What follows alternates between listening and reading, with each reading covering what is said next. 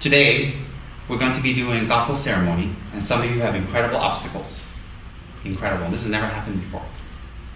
Never. Some of you here have incredible obstacles, and the obstacles hold by the darkness, and by the heat, and by no fan, and the mosquitoes will make you uncomfortable and make you give up. And that's called obstacles. Why are they obstacles? Obstacles manifest according to the way we fear the most. For some of us, we fear ghosts. Heat, never mind. For some of us, we fear heat. We haven't let go. But we don't fear ghosts. So the obstacles manifest to us in the most powerful way that can stop us from doing things. That can stop us. So therefore, you come for a Kako ceremony. A Kako ceremony is this. It's very short and sweet. Very short. It's the Lama doing the meditation. You guys actually just sit back, relax, and enjoy the air conditioning and the beautiful fan. The Lama does the meditation and the work. So there's usually a lot of obstacles for Kako. Usually for any tantric practice. This one is according to Dragun Rinpoche. So, someone would have cultivated a relationship with their guru by service, outer service according to the 50 verses of Guru devotion. They would cultivate cleaning, washing, sweeping, serving, cooking, listening to a guru, and cultivated their confidence.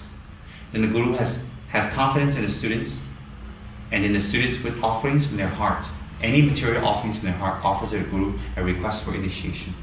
And that's after years of developing and cultivating a relationship with the guru. And then the guru accepts, and the guru confers initiation upon the disciple. After the guru confers initiation upon the disciple, in the case of Vajrayogini, then the guru has a responsibility to teach the paths, the meditation, and the practices of Vajrayogini to the disciple. When he teaches, some of the item is not written.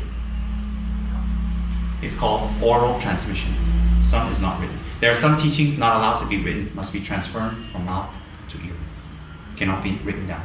Because it's so secret or so esoteric that it is written down and studied by the wrong person. It can have detrimental effects. Detrimental. Example, some of these reality shows, they always tell the kids, you don't do this. It's from years of practice. The person has done this for many, many years. So it may look easy on film, but actually hanging off a cliff looks very easy on film, but you don't do it because they went through years of practice, right? Same thing in Tantra. Tantra is not dangerous. It's dangerous for the person who hasn't practiced. Why? They do it wrong, not the deities punish you. So it's like a reality show. Make sense? Okay, like that. That's why Tantra is secret. People say, what's the secrecy? Why we can't talk? Why can't? Why? What's all this? That's the reason. So, after you receive initiation, you have to take on vows. Vows that constrict and restrict you from doing things that increase your ego. And then you have a set of prayers and meditations and invocations and offerings. Offerings are very important. Offerings are very important because they help you to collect a vast amount of merit in a short amount of time. So the offerings being set correctly, according to Tantra of that deity, each offering has a psychological imprint on your mind to transform some aspect of your mind. Some aspect. Example, this one transforms your attachment to smells and pleasant smells. This one transforms your view and your perception of what you see. So some people always see negative things. They always see negative things in other things. And they always pick out negative things. Making the offering of light in tantric practice helps you to transform wrong view to correct view. And to view things well. And also, this one helps you to actually create the karma to be able to communicate with the Dharma, with the Buddhas directly. So making offerings is very important, and beautiful cups of the highest quality, most expensive quality, and items of the most beautiful quality, and it's clean and it's set out correctly and perfectly, is an offering to the Buddhas to invoke upon them to receive transformation of your 5 senses. So when we make the offerings correctly, it helps us to plant seeds for that. And why is it of the highest material? It's of the highest material in order to collect more merit to be able to do more without obstacles. Some people are very stingy. Very, very stingy. Their stinginess is an obstacle. Very important. And if you say, well, my altar is very small, I found a new trick. That is to give away statues, give away offering items, give away pictures, give away tankas. Why? They practice and worship and make offerings. I collect the mirror. Isn't that sneaky? So for those of us who really, really want to advance, you give statues away, you give tsatsas away, you give pictures away, you print books, you make offerings, you give offering items to others, you encourage people to make offerings. Why? Each time they do it, you collect a mirror and they collect a mirror. So if you've given statues away to 500 people, there are 500 people out there making offerings that be collecting mirror. Just think. So I just sit there and sleep in my room and watch DVDs, and they're doing the offerings. I collect the mirror, they collect the mirror. Isn't that wonderful? It sounds like a joke, but it's really like that. So people who know that, they're very generous to give things away. So actually, like the Dalai Lama says, if you want to be selfish, be smart selfish. Be smart selfish. If you want to be selfish, don't be stupid selfish. That's why High Lamas give things away. That's why High Lamas always are very generous. Why? They know what brings real value to others and themselves. Small Lamas, they're very miserly. Small Lamas like me and you, very miserly, very selfish, very calculative, don't want to give, don't want to share. Why? Because we don't know the value of giving and sharing. We don't know the value of making offerings. So when we make offerings, when we learn the sadhana, we learn the precise meditational rituals. And what's incredible is this. Okay, listen very carefully. I'm going to reveal another little secret some people have heard before. When you get the Vajrayogini sadhana, in Vajrayogini's practice, it's very profound because it teaches you how to die. It teaches you how to enter the bardo. It teaches you how to take rebirth. Literally, it gives you the exact meditation on how to die, how to enter the intermediate state, bardo, and how to take rebirth, even what to visualize. You get a complete control over your future lives. That is the manual you're getting. No one on this planet can give you something that great. No one. They can teach you how to make money, you leave it at death. They can teach you how to get a beautiful wife, you gotta leave it at death. Maybe she leaves you when she finds a beautiful boy. Well, see you later. And they can give you a beautiful car, but that one turns old real fast. Or if you like chow, very fast. So what happens is all these things can be taken away, but the control of death and rebirth, every single life you have control. That's why some of these high Tibetan lamas, they can tell you when they're going to die, like Song Rinpoche. They can tell you where they're going to take rebirth. They can even tell you their parents' name of their next life, very accurately, and the location. They can tell you why. They've mastered this practice. And the incredible thing about them is they want to share this practice with you, but you have to go through the preliminary practice. Preliminary practice is not a test of them and you. It's not like the Chinese sifus, they want to test your endurance. So they beat you, they torture you, they do all kinds of things before they teach you their Kung Fu style. In Tibetan Buddhism, they torture you or they make you do things for you to collect merit to prepare yourself. It's very different. The style looks the same. Then after you receive it, you have to do actual retreats. You have to do the practice every day. You do the practice every day, you do the retreat, you hold your commitment. Then, for example, in Yamataka or in Vajrayogini's Tantra, you have a text called Kako. Kako is actually an exorcism text, exorcism. It is to exorcise spirits, it is to expel spirits, it is to bless spirits, it is to talk to spirits and tell them don't harm, they're collecting negative harm. It is also to stop sudden death. It is also to stop sudden afflictions. It is also to stop negative thought or disturbances for the night when we're trying to sleep. So people who have insomnia that is spirit induced, this text is very powerful to stop them. But to do this text, you have to have the practice and the vows. To do that, you have to also receive the initiation. To have that, you have to have a guru. So you don't just simply take the text, start reading, will be not as effective. Not as effective. So there's a lot of things. So when a Lama does something for you, you have to understand that Lama has done a lot of things to be able to do that for you. Quite a lot of things. It's not so simple. So therefore we always say, how kind the Lama is.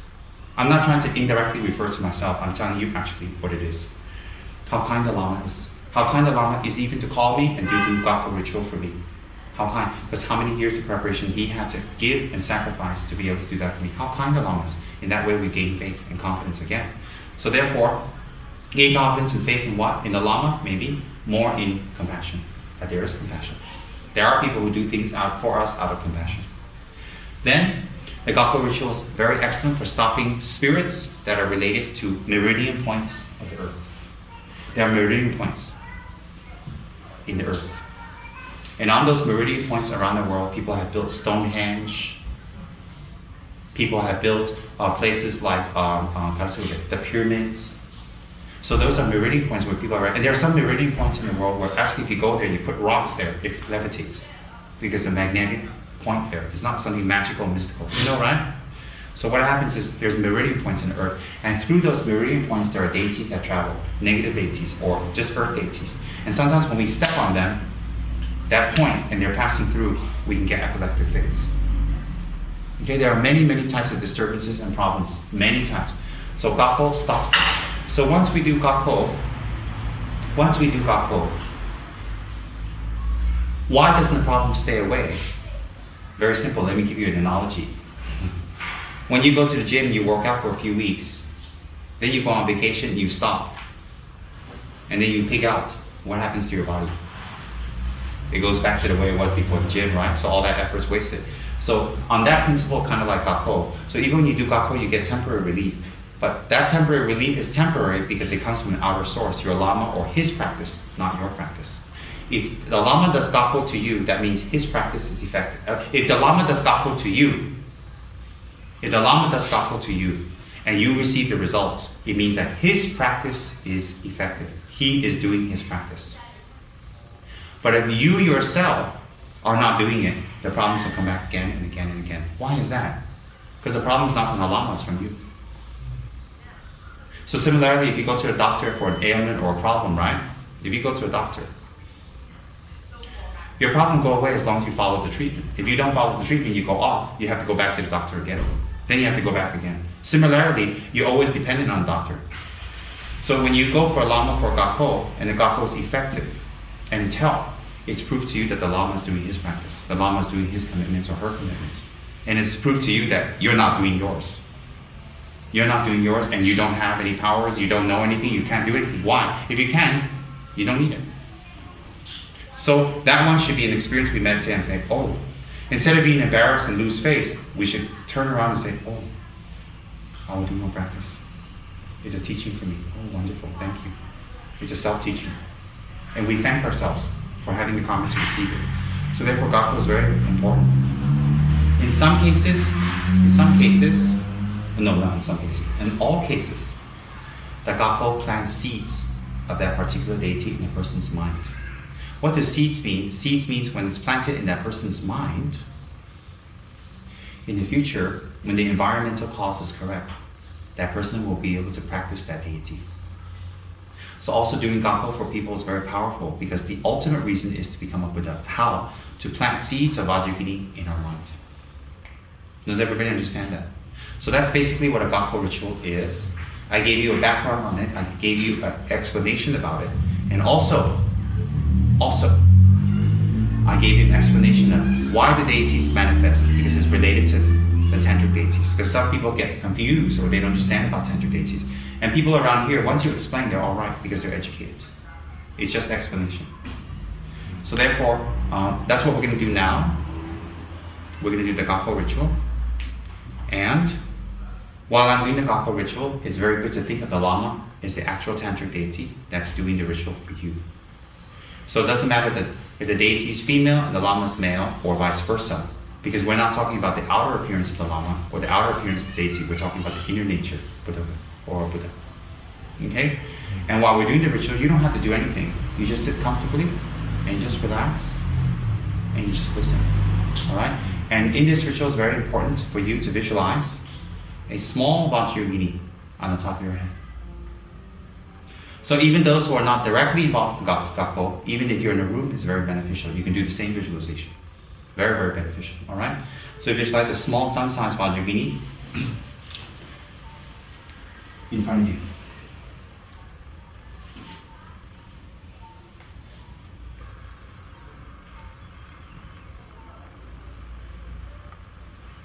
top of your head.